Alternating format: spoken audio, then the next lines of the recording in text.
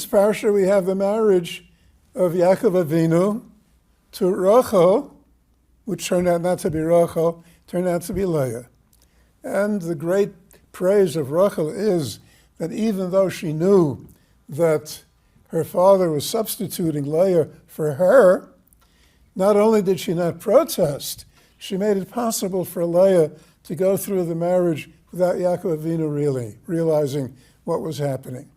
So she spared Leah this embarrassment, this humiliation. Fine. But Rabbi Meir Druk has a diuk here. She was kind to Leah. But what about Yaakov? What about Yaakov? Yaakov worked for her for 7 years to be able to marry her. And then Yaakov wakes up in the morning and his wife is someone else? She thought about Leah, that's commendable. Why didn't she think about Yaakov? And he answers that with a story. The Chazon Ish was, not only was he the Gadol Hador in his time, but the Chazon Ish was somebody whose greatness also extended to his consideration for others.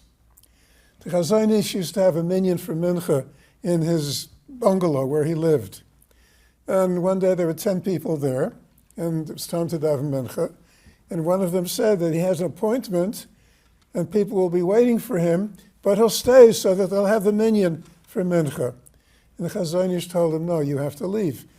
You said you have an appointment. People will wait for you. You have no right to keep them waiting. Go. Maybe someone else will show up and we'll have a minyan, and if not, we won't have a minyan. But you can't keep people waiting. All right. Once the Chazon Ish was very instrumental in a shidduch.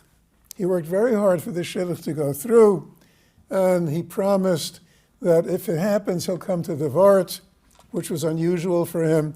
He was not a well man, he was not a young man, but he said he feels that he's part of the simcha, he'll be at the Vart.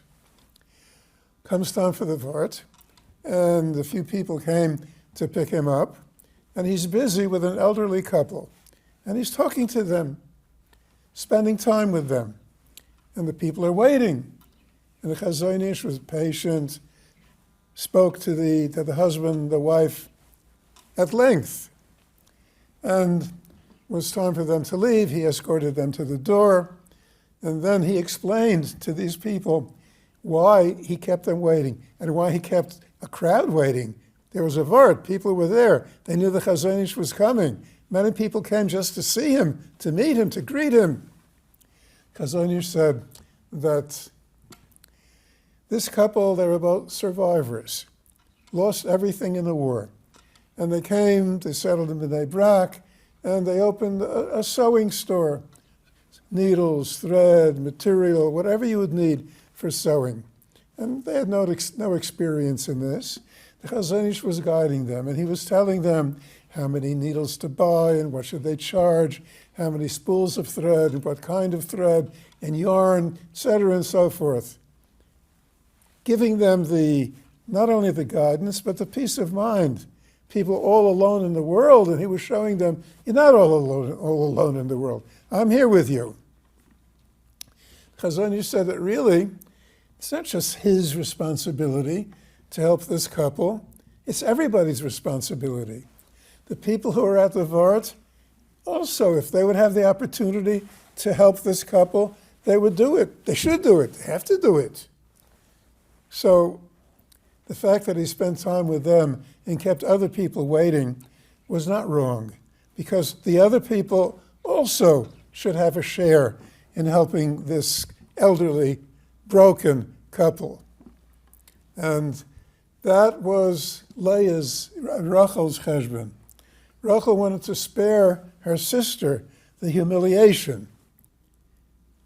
Yaakov also would want to spare her the humiliation. Rachel was not acting in favor of her sister and against the interests and the feelings of Yaakov Avinu. What Rachel was doing was something that she had to do for her sister's sake, and that Yaakov Avinu himself would have to do for Leah's sake. an illustration of how great people think about others.